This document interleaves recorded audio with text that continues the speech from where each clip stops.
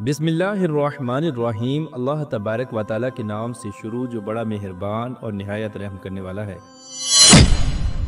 ایک ایسی قوم، جب اس قوم کو بھوک لگتی تو اللہ تبارک و تعالیٰ اس قوم کے لیے آسمانوں سے کھانے نازل فرماتا، اور جب اس قوم کے کپڑے خراب ہو جاتے اور یہ نیت کر کے سوتے تو صبح کو ان کے کپڑے دھلے دھلائے اور صاف ستھرے ملتے، اور جب اس قوم کے ناخن یا بال بڑے ہو جاتے اور یہ رات کو نیت کر کے سوتے تو صبح کو ان کے بال اور ناخن ان کو صحیح اور اچھی حالت میں ملتے۔ اس کے علاوہ اور بہت سارے احسانات اور نعمتیں جو اللہ تبارک و تعالیٰ نے خاص اس قوم کو عطا فرمائی، لیکن ان تمام تر نعمتوں کے باوجود یہ قوم اللہ تبارک و تعالیٰ کی نافرمان کیوں ہوئی اور کیوں اللہ تبارک و تعالیٰ کے عذاب کی مستحق قرار پائی؟ پیار دوستو، آج کی اس ویڈیو میں ہم آپ کو قوم بنی اسرائیل اور قوم یہود کے بارے میں مکمل معلومات فراہم کریں گے کہ یہ قوم کس نبی کی امت ہے، اور یہ قوم کہاں سے آئی، اور یہ دنیا سے کیا چاہتی ہے، اور اس قوم نے ہر نبی کے دور میں کون کون سے فسادات برپا کیے اور کتنے انبیاء کرام کو معاذ اللہ قتل کر دیا۔ پیار دوستو، اس ایمان افروز اور عبرت ناک ویڈیو کو دیکھنے کے لیے آپ سے ہماری یہ گزارش ہے کہ ہماری اس ویڈیو کو اینڈ تک ضرور دیکھیے گا۔ پیار دوستو، یہودی وہ بدبخت قوم ہے کہ جس قوم کو اللہ تبارک و تعالیٰ نے ہر طرح کی نعمتوں سے نوازا تھا، لیکن اس کے باوجود یہ قوم اللہ تبارک و تعالیٰ کی نافرمان ثابت ہوئی، اور ہر نبی کے دور میں یہ طرح طرح کے گناہوں کے اندر مبتلا ہو گئی۔ یہ قوم پہلے دن سے ہی دنیا کے اندر فتنہ فساد برپا کرتی تھی۔ یہ وہ بدبخت قوم ہے کہ جس قوم نے معاذ اللہ بہت سارے انبیاء کرام کو قتل کر دیا اور ان کو ناحق سولی چڑھا دیا۔ پیار دوستو، یہودی دنیا کی سب سے بگڑی ہوئی اور نافرمان قوم تھی۔ ان کی ہدایت کے لیے اللہ تبارک و تعالیٰ نے بہت سارے انبیاء کرام کو مبعوث فرمایا، لیکن اس قوم نے ہر دور میں اللہ تبارک و تعالیٰ کے انبیاء کرام کو جھٹلایا اور معاذ اللہ ان کو تکالیف پہنچائیں۔ 1,24,000 انبیاء کرام میں سے سب سے زیادہ نبی قوم بنی اسرائیل کی طرف بھیجے گئے۔ اس قوم کی ہدایت کے لیے اللہ تبارک و تعالیٰ نے اس قوم کو اس قدر نعمتوں سے نوازا کہ یہ قوم اللہ تبارک و تعالیٰ سے جو مانگتی اللہ تبارک و تعالیٰ ان کو وہی عطا فرماتا، اور یہی وہ قوم تھی کہ جس کے لیے اللہ تبارک و تعالیٰ نے آسمانوں سے من و سلوہ اتارا، لیکن اس کے باوجود یہ قوم اللہ تبارک و تعالیٰ کی نافرمانیاں کرنے لگی اور طرح طرح کے گناہوں کے اندر مبتلا ہو گئی، اور اللہ تبارک و تعالیٰ کی ذات کو چھوڑ کر شرک و بت پرستی کے اندر مبتلا ہو گئی۔ یہ بدبخت لوگ اللہ تبارک و تعالیٰ کی کتابوں میں رد و بدل کیا کرتے اور اللہ تبارک و تعالیٰ کی نازل کردہ آیات کو پیسوں کے بدلے بیچا کرتے۔ اس بدبخت قوم پر اللہ تبارک و تعالیٰ نے جو کتابیں نازل فرمائی، یہ ان پاک کتابوں میں سے اپنے مطلب کی باتیں لے لیتے اور دوسری باتوں کو چھوڑ دیتے۔ اس طرح یہ صرف اللہ تبارک و تعالیٰ کے ان احکامات پر عمل کرتے جو ان کو اچھے لگتے اور باقی دوسرے احکامات کو چھوڑ دیتے۔ یہ قوم ایسی قوم تھی کہ دوسرے لوگوں کو نیک کام کرنے کا حکم دیتی لیکن خود اس پر عمل نہ کرتی۔ پیار دوستو، یہودی قوم دنیا کی سب سے فسادی اور جھوٹی قوم ہے۔ اس قوم پر اللہ تبارک و تعالیٰ نے متعدد بار لعنت فرمائی ہے۔ یہ قوم حضرت ابراہیم علیہ السلام کے بعد وجود میں آئی۔ اللہ تبارک و تعالیٰ نے حضرت ابراہیم علیہ السلام کو 2 بیٹے عطا فرمائے تھے، ایک کا نام حضرت اسماعیل علیہ السلام اور دوسرے کا نام حضرت اسحاق علیہ السلام تھا۔ حضرت اسحاق علیہ السلام میں سے حضرت یعقوب علیہ السلام پیدا ہوئے، جن کو اللہ تبارک و تعالیٰ نے منصب نبوت پر فائز فرمایا، اور حضرت اسحاق علیہ السلام کا ایک نام یا لقب اسرائیل بھی تھا، اسی لیے ان میں سے پیدا ہونے والی قوم کو بنی اسرائیل کہا جاتا ہے۔ حضرت اسحاق علیہ السلام کے بیٹے حضرت یعقوب علیہ السلام کی 4 بیویاں تھیں، جن میں سے 12 بیٹے پیدا ہوئے۔ ان 12 بیٹوں میں سے سب سے چھوٹے بیٹے کا نام حضرت یوسف علیہ السلام تھا، جن کو اللہ تبارک و تعالیٰ نے منصب نبوت پر فائز فرمایا تھا، اور انہی 12 بیٹوں میں سے ایک بیٹے کا نام یہودا تھا، جس میں سے قوم یہود پیدا ہوئی۔ روایات میں آتا ہے کہ حضرت یعقوب علیہ السلام کی اولاد میں سے اللہ تبارک و تعالیٰ نے 70,000 انبیاء کرام کو پیدا فرمایا، اور آپ کی نسل میں 70,000 انبیاء کرام مبعوث کیے گئے، اور حضرت یوسف علیہ السلام کے بعد آپ کے تمام بھائی نبی ہوتے رہے۔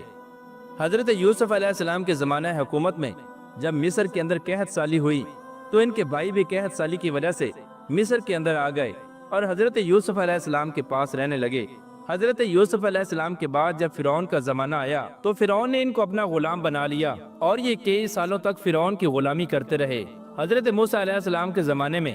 قوم بنی اسرائیل کے 12 قبیلے تھے، اور یہ تمام کے تمام قبیلے فرعون کے غلام تھے، اور یہ بت پرستی اور کفر و شرک کے اندر مبتلا ہو چکے تھے۔ بنی اسرائیل کی یہ قوم 300 سال تک فرعون کی غلامی کرتی رہی،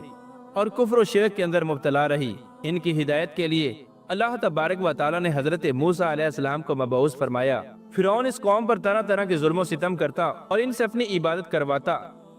چنانچہ بالآخر اللہ تبارک و تعالیٰ نے حضرت موسیٰ علیہ السلام کے ذریعے اس قوم کو فرعون سے نجات عطا فرمائی اور دریائے نیل میں سے رستہ بنا کر اس قوم کو اللہ تبارک و تعالیٰ نے ایک نئی آزادی والی زندگی عطا فرمائی۔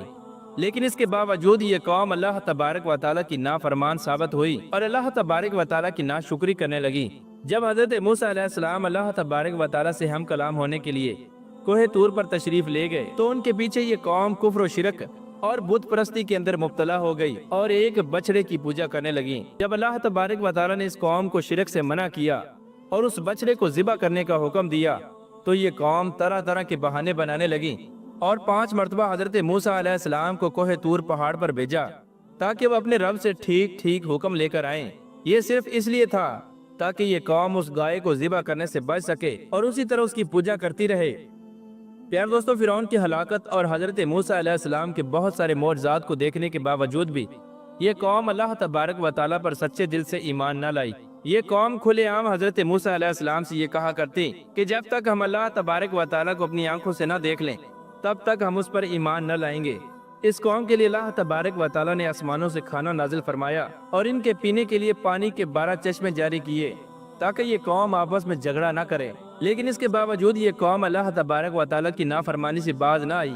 اور اللہ تبارک و تعالیٰ کی نافرمانیاں کرتی رہی۔ اسی قوم کی نافرمانی کی وجہ سے آسمانوں سے آنے والا کھانا بند ہوا اور زمین سے پیداوار اگنا شروع ہوئی۔ اس کے بعد جب حضرت موسیٰ علیہ السلام نے اللہ تبارک و تعالیٰ کے حکم سے اپنی قوم کو فلسطین کے حکمرانوں کے خلاف جنگ کرنے کا حکم دیا تو اس قوم نے یہ کہتے ہوئے صاف انکار کر دیا کہ تم اور تمہارا خدا لڑو، ہم تو یہیں بیٹھے ہیں۔ پیار دوستو، اس طرح اللہ تبارک و تعالیٰ اس قوم کو بار بار اپنی نعمتوں سے نوازتا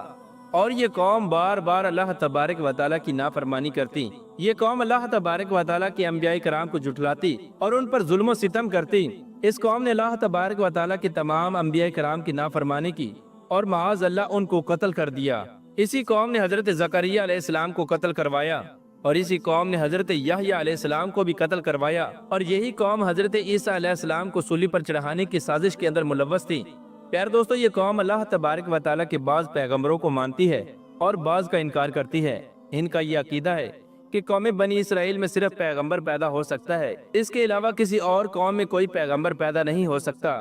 یہی وجہ ہے کہ یہ لوگ بنی اسرائیل کے پیغمبروں کو پیغمبر مانتے ہیں اور بنی اسماعیل کے پیغمبروں کو یعنی حضرت محمد مصطفیٰ صلی اللہ تعالی علیہ وآلہ وسلم کو نبی نہیں مانتے، کیونکہ ہمارے آخری نبی حضرت محمد مصطفیٰ صلی اللہ تعالی علیہ وآلہ وسلم بنی اسرائیل میں نہیں بلکہ بنی اسماعیل میں پیدا ہوئے۔ پیار دوستو، یہودی حضرت جبرائیل علیہ السلام کو اپنا سب سے بڑا دشمن مانتے ہیں، کیونکہ حضرت جبرائیل علیہ السلام یہودیوں کی تمام ناپاک سازشوں کو ان سے پہلے انبیاء کرام کو بتا دیا کرتے تھے،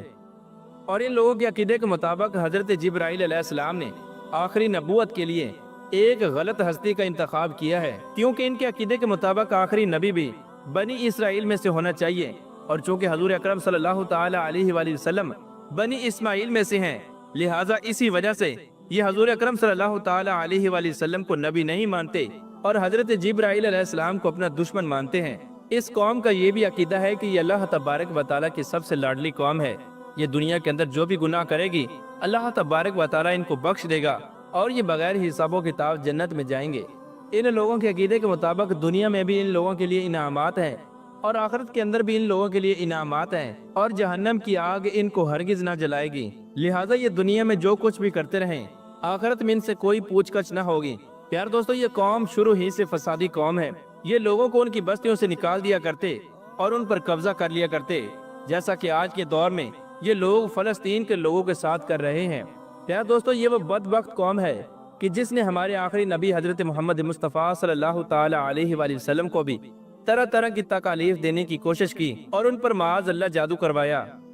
اسی قوم نے زمین کے اندر 2 بڑی جنگیں کر کے زمین میں فساد پھیلایا، اور یہی قوم تیسری بڑی جنگ کر کے زمین کے اندر دوبارہ سے فساد پھیلائے گی۔ یہ لوگ اللہ تبارک و تعالیٰ کے بارے میں یہ عقیدہ رکھتے ہیں